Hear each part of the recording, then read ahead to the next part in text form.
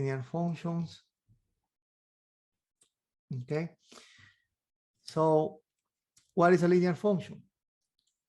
A linear function is a function whose graph is a straight line. That is why they call them linear function, right? Because the graph is straight line. Such a function can be used to describe variables that change at a constant rate, right? A constant rate. And a lot of quantities in real life change at a constant rate, right? For example, think about an employee working, let's say, for a restaurant who makes $20 per hour.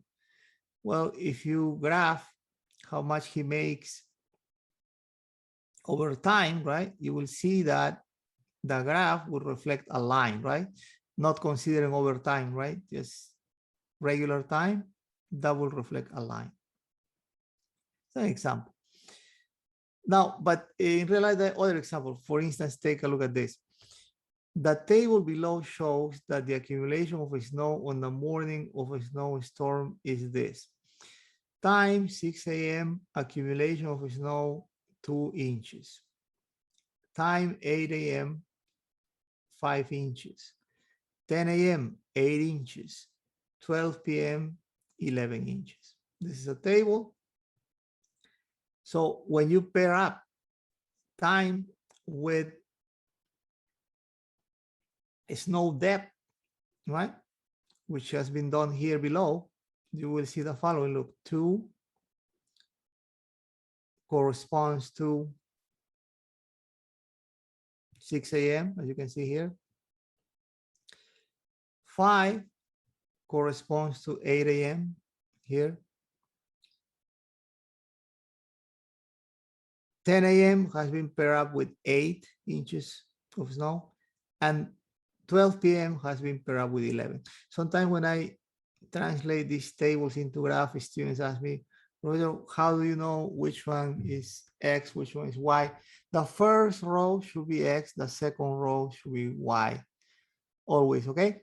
And also, always time goes on the X-axis, right? All right. As you can see, snow was falling at a constant rate, right? How do we know that? Well, because if you notice here, if you look at this table, notice 2 inches, 5 inches, the difference is 3 inches, right? 3 inches of increase here. From 5 to 8, 3 inches of increase again. And the time, look, over what? Over 2 hours, right? 2 hours. Over here, 2 hours as well. So here, 3 inches of snow increase over 2 hours. So you can see that every 2 hours, the increase on the snow depth is 3 inches, right? So 3 inches every 2 hours. If we make a graph of the snow depth as a function of time, remember always time, the input value, right? The result is a straight line, right? You can see when you connect the dots, straight line. And not only that, you can see in this straight line that for every 2 hours, it corresponds 3 inches, right, of snow depth increase. So the steepness of the line is called the slope of the line, right?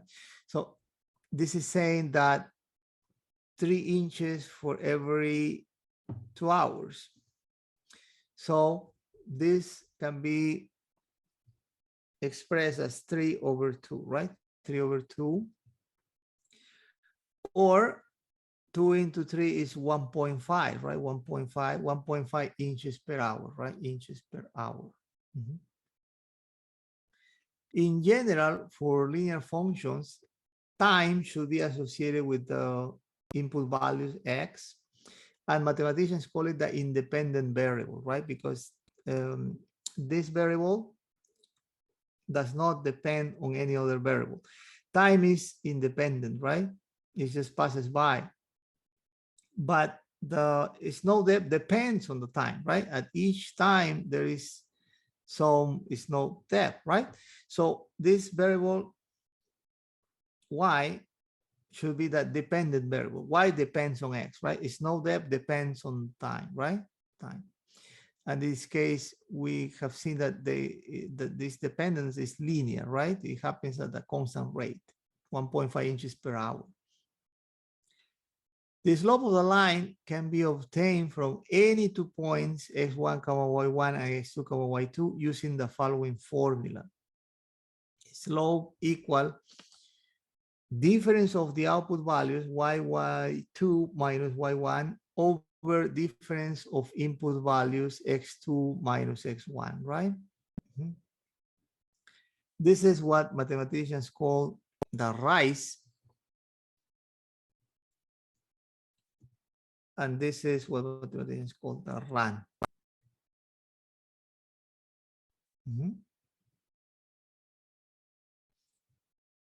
All right, great. So in this example, if you take any 2 points, right? Could be the first with the second, the first with the third, the second with the fourth, any 2 points. In this case, I'm taking these two. Notice the coordinates here are 10,8. The coordinates here are 8,5. So if we apply the formula, we're gonna get 8 inches minus 5 inches difference on the snow depth divided by difference of time. It went from 8 a.m. to 10 a.m., right? Then we will get here 3 inches over 2 hours, which is just 1.5 inches per hour, right? Constant rate, constant rate. So that's the main idea of this linear function, guys. So it's just whenever two quantities are changing over time at a constant rate, let's say, right? Yeah, now, here are some examples of how to use this idea in order to figure out some modeling. For instance, let's check this out. I'm gonna do the first one. I'm gonna let you do the second one, okay? To show you more or less how this works. It says a truck rental company rents a moving truck one day by charging $35 plus $0.11 per mile. Write a linear equation, important word here, linear, right? Linear equation that relates the cost C in dollars of renting the truck to the number X of miles driven. What is the cost of renting the truck if the truck is driven 160 miles? Okay. So allow me to start with this cost function, C of X, being equal to fixed cost plus variable cost. Okay? Let's break it down into these two components. Fixed cost plus variable cost. All right, so what should be the fixed cost here? Well, notice that they will charge you $35 no matter what, right? No matter how many miles you drive. So the fixed cost should be this constant $35 plus variable cost. What should be the variable cost? Variable cost, that's saying $0.11 per mile, right? Dollars per mile. So that should be our variable cost, right? This is the cost associated to 1 mile. The cost associated to X miles should be 0.11 times X, right? And that's it. This is a linear function that is modeling this situation, right? Now they say, use this model, this linear function, right, that you have figured out to get what is the cost associated to 160 miles driven. So basically we just let X be equal to 160 miles and the cost associated with 165 should be this, 35 plus 0.11 times 160, right? And that is equal to, let's use our calculator. So bring up your Desmos scientific calculator or any scientific calculator of your choice, and you will get this, right? 0.11 times 160. 52.6. 52.6, which is the same as 52.60. Notice how I am rounding it to the nearest 100, because when you deal with money, you deal up to cents, right? So therefore, the answer for this should be this guy, right? Yeah, so as you can see, it's very straightforward. It's all about identifying what is the fixed cost, the variable cost. Can you try number 2? And then we will explain some ways to compute this formally. Can you try number 2?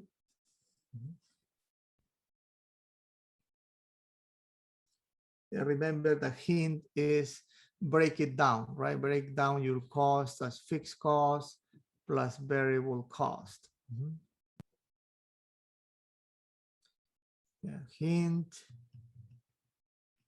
break it down, this cost as fixed cost plus variable cost. Yeah, very good, very good. Let's do that, and then we will continue with this.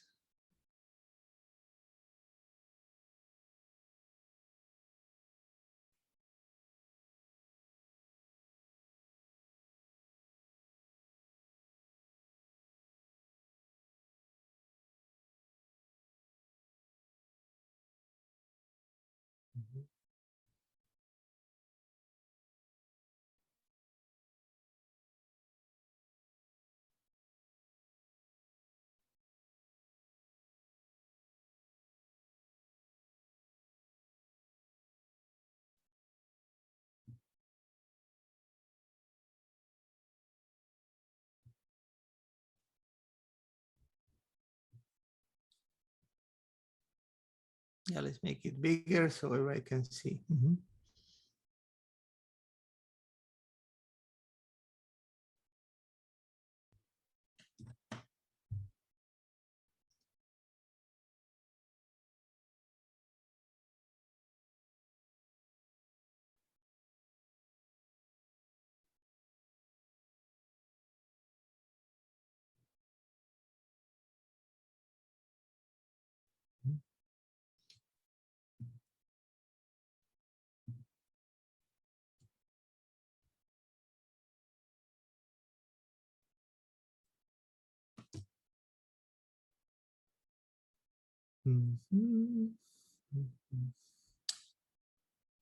Okay, guys, let's start this out together. Okay, so I can show you the text form. C of X here will be equal to fixed cost, which should be identified with what you are going to pay regardless of anything, right? So it says here that there is a flat fee of $85. So that should be our fixed cost, right? 85 plus variable cost. The variable cost should be this. It says that you have to pay $2 per mile towed, right? So $2 is the cost associated to 1 mile towed. If you represent X with the number of miles that the car is going to be towed, 2X will be the variable cost, right? Yeah, so this is this guy. All right, so we have the function there. Now, they want you to use this function to figure out what is the cost associated to a car towed 3 miles, right? So you let X be 3, cost function evaluated at 3 will be 85 plus 2 times 3. This is just 6 plus 85, 91, right? So C of 3 is $91. At the end, you may attach the units, dollars. So therefore, the answer for this should be just this guy A, right? You follow, guys? Yeah, very good. So now there will be cases where things are going to be a little bit more complicated. So I'm going to explain to you this number 3, and then we'll go back to the theory. For example, here they say a school has just purchased new computer equipment for $16,000. The graph shows that depreciation, and this should be understood as losing value for the equipment, right? Depreciation of the equipment over 5 years. The 0.0, 16,000 represents the purchase price, and the 0.5, represents the equipment when the equipment will be replaced. Write a linear equation in a slope-intercept form that models the value of the equipment y, x years after purchase. Use the model to predict the value of the equipment after 4 years. I see they are talking about the slope-intercept form, so I should probably tell you first what that is. So let's go back to the theory, and then we'll go back to this. Let's go back to our notes. We have here, and let's talk about this slope-intercept form first. Okay, so mathematicians have put all this together, and they came up with formulas for linear functions. Let f be a linear function, a function whose graph shows a line, right, with a slope m, with a constant rate of change m. Then f can be written in the form f of x equal mx plus b. Remember, in the examples I said fixed cost plus variable cost is kind of similar here, right? There will be a constant part and a variable part for any linear function. F of x equal mx plus b, where this m should be understood as the slope of the line. And the b that you see there should help you to identify the what is called the y-intercept, right? So let's write it here. This slope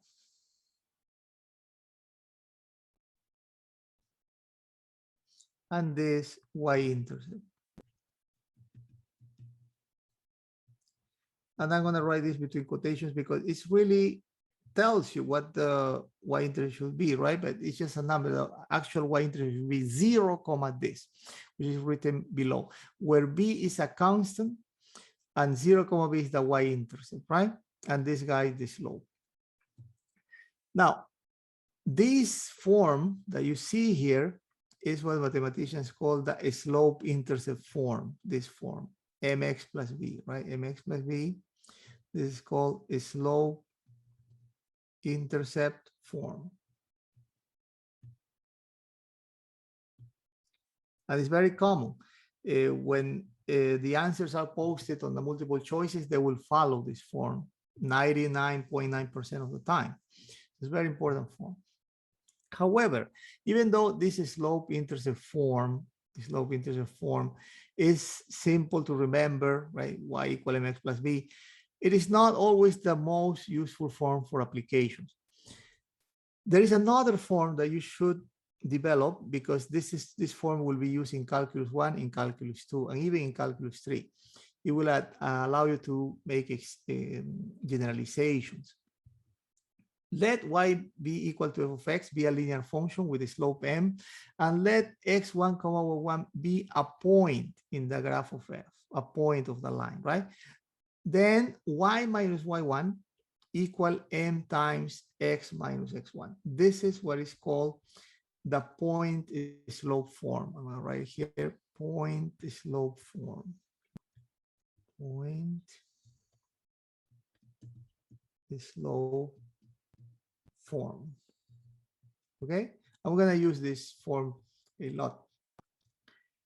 Now, depending on the slope of the line, mathematicians have classified these lines in 3 categories: increasing lines, if your slope is positive, meaning if you walk along your graph, if you're going up, it means that you got yourself an increasing function, right? So, and this will be done from left to right. That's the agreement. From left to right, if you walk along your function, you're going up, increasing function.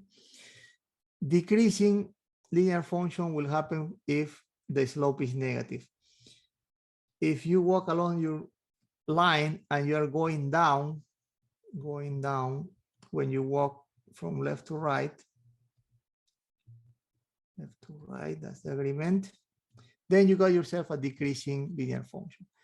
If your output values stay the same, you get a constant linear function, slope zero, right? The output values do not change. You stay constant there. Yeah, slope zero. Very good. Now, there is this nice mnemonic device that I want you guys to remember. Probably you know it. It's called the mountain mnemonic device to remember these three facts. If you go up the mountain, the slope positive. If you reach the top and you're resting there, the slope zero. If you go down the mountain in this direction, right, a slope less than zero. But what happens if you attempt to go in this vertical direction against the mountain? Well, you can't, right? The mountain is there. So this should be identified with a slope equal undefined, right? So for vertical lines, a slope undefined, okay? This will help you guys on your homework. All right, great. So now, let me show you how we can figure out the equation of the line using this so-called point slope form. Then we'll go back to the worksheets. Find the equation of a line with a slope -2 containing this point, Well, quickly you identify your slope, which is this, right? This will be your M.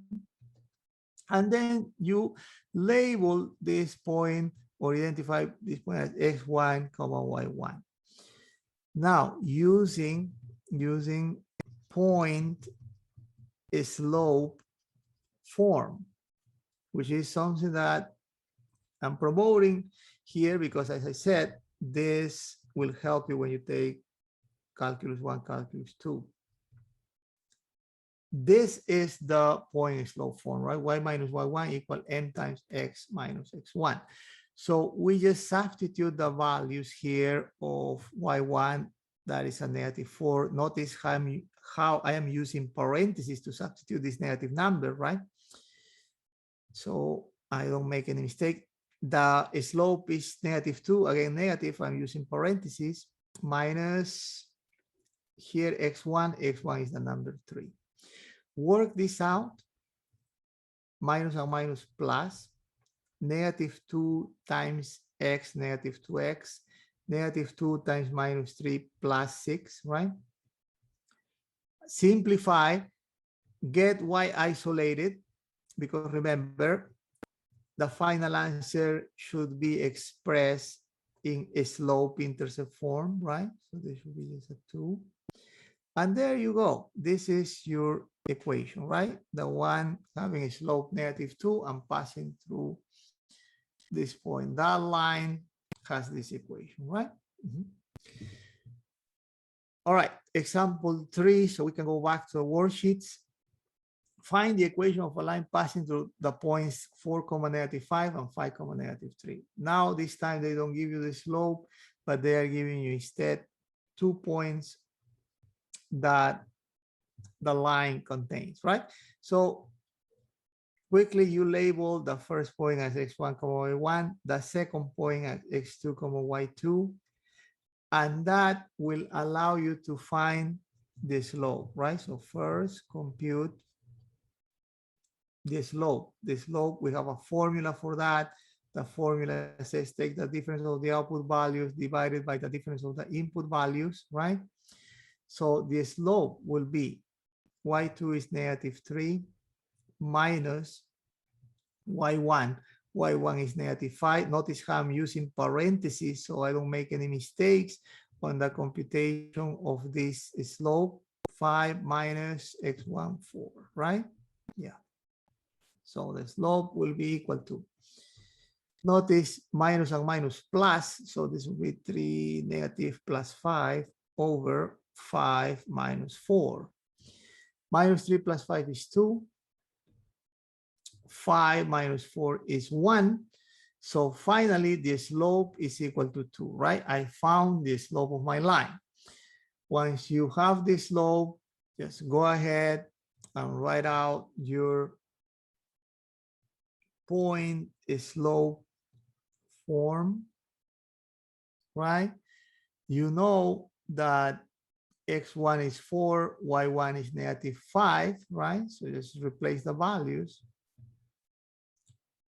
Negative 5 y1, slope is 2, which is founded, right? X minus x1, which is 4. Work this out.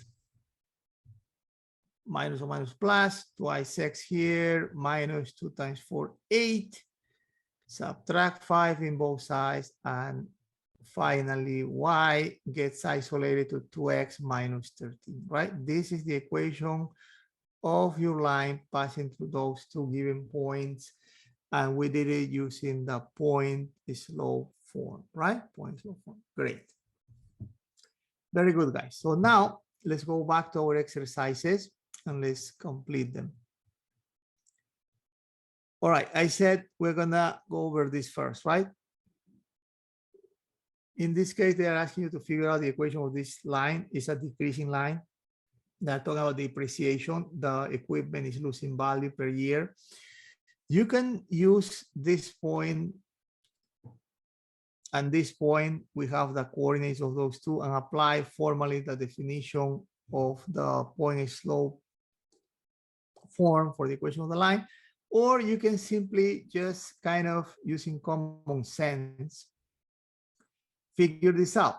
Notice the value of the computer y will start with this, right? 16,000, which is the value when it was just purchased. And then it's gonna lose value over time, right? Over time. But since this is a line, it's a linear function, that will be done at a constant rate. What rate? Well, it's losing this $16,000 over a 5-year period, right? This is what is said here, right? They say that over 5 years, the value of the equipment will be in theory 0. So it lost $16,000 over 5 years, right? 5 years, and I'm using minus because this is a decreasing line. This will be the constant rate for the depreciation, right? Depreciation. And then this is for 1 year per year, right? If you want to get what happens after X years, just multiply by X, right? So there you have the linear function. And again, I just use sort of common sense, but you can use the formulas too. 5 into 16,000. 5 into 16,000 is just 3,200, I believe, right? So let's just check in our computer. $3,200. $3,200 here, $3,200 times X. Very good. This is the linear function. And then they want you to use this linear function to see what happened after 4 years, right? After 4 years. So after 4 years, you let X before in your formula, your depreciation formula, and you will get the following, right? After 4 years, the computer system will have some value. What's going to be that value? Well, we can compute it here, right? 16,000. Original value when it was purchased, and minus 3,200 times 4. 3,200. 3,200. And in the end, you feel free to attach the units, right? Dollars. That's the value that is left, right? So therefore, the answer for this should be just this guy, right? Very good. Very good. Okay, guys, now questions for you here. First question says, can you graph this and tell us if this is increasing or decreasing? Do this, please. Remember, for increasing function, the slope must be positive. For decreasing function, the slope must be negative. For constant function, slope 0, right? Yeah. You figure out the first one. Let me show you all the choices. Yeah, the function is this, f of x. In case you don't see it well, f of x equal twice x plus 3, right? Graph it and identify the graph and say if it's decreasing, increasing. Go ahead.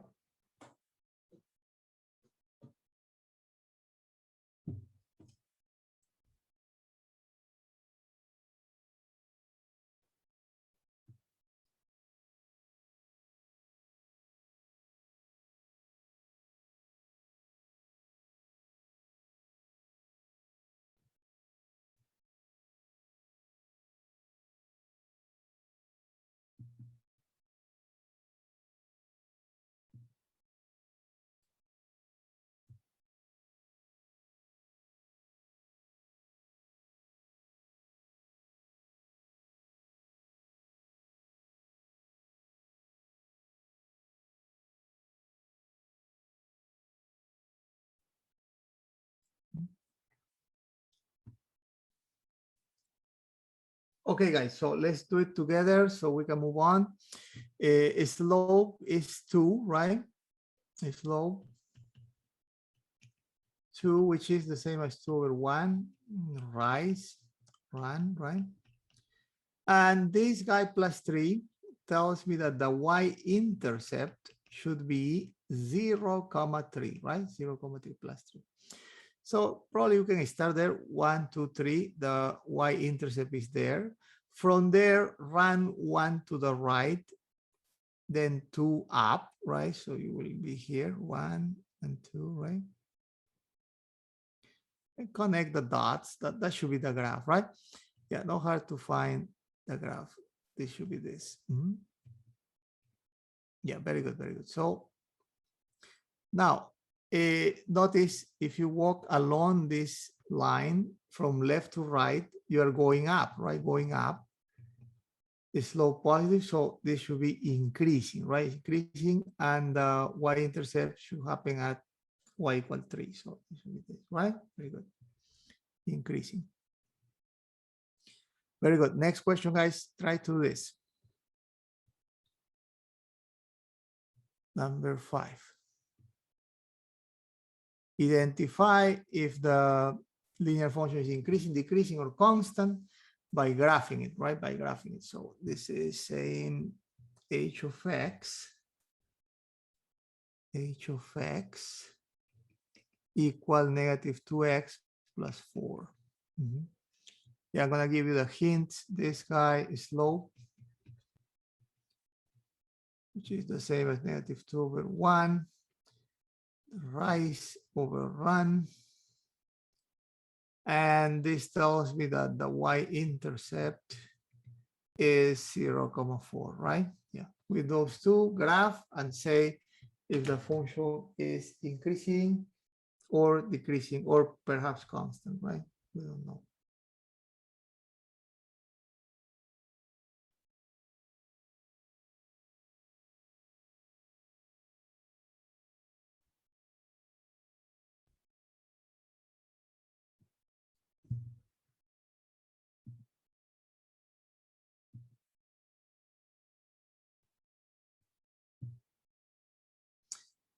Okay, so since we're running out of time, let's try to do it quickly. 0, 4 should be the y-intercept, right, which is here.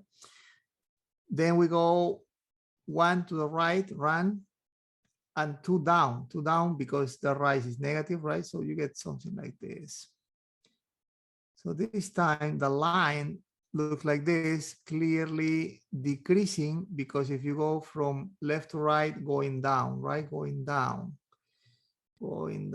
So therefore, it should be a decreasing line with this y-intercept. Very good.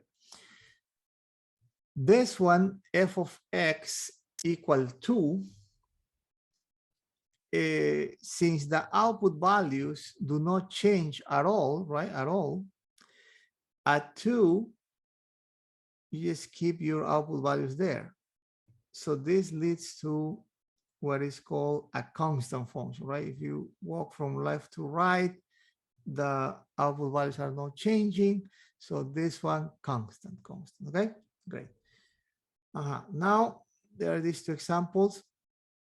Can you figure out the equation of the line given that the slope is 4 negative and passes through this point?